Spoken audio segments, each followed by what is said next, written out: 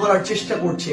আমরা দেখছি এক ফ্যাসিবাদ গিয়েছে, আমরা দেখছি 16 বছরে যারা অভিযোগ করত যে তারা বিভিন্নভাবে অত্যাচারিত, নির্যাতিত, তাদেরকে জেলখানায় অন্যায়ভাবে আটকে রাখা হয়েছে, তাদেরকে কোর্টের চক্কর কাটানো হয়, তাদেরকে থানায় অন্যায়ভাবে হাজিরা দিতে হয়, তাদেরকে বিভিন্ন মিথ্যা মামলা দেওয়া হয়, তাদের ব্যবসায়িক প্রতিষ্ঠানগুলোতে চাঁদাবাজি করা হয়।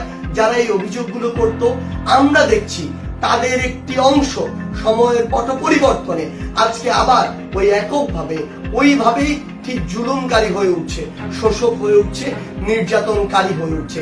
আমরা তাদেরকে একসাথে এই শহীদ মার্চে অংশগ্রহণ করে এই কথাটি বলে দিতে চাই যে আমরা যে চেতনা নিয়ে, যে স্পিরিট নিয়ে এই ছাত্র জনতার অভ্যুত্থান ঘটিয়েছি, সেই স্পিরিটটি আমরা এখনো ভুলে যাইনি।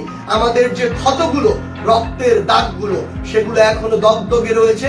এবং কেউ যদি আবারও ভিন্ন কোনো রূপে, ভিন্ন কোনো চেহারায় কিংবা ভিন্ন কোনো গোষ্ঠীর নামে এই বাংলাদেশে আবার ফ্যাসিবাদের প্রবর্তন করাতে চায়, ওই চাঁদাবাজি, মিথ্যা মামলা থেকে শুরু করে মানুষকে যেমনি ইচ্ছা তেমনি ক্ষমতার অপব্যবহার করে মানুষকে যদি শোষণ করতে চায়, মানুষের উপর যদি জুলুম করতে চায়, তাহলে ছাত্র জনতা যে কোনো সময় রাস্তায় নেমে তাদেরকে প্রতিহত করতে পারে, তাদের পতন ঘটাতে পারে, তাদেরকে দেশ ছাড়া করতে পারে।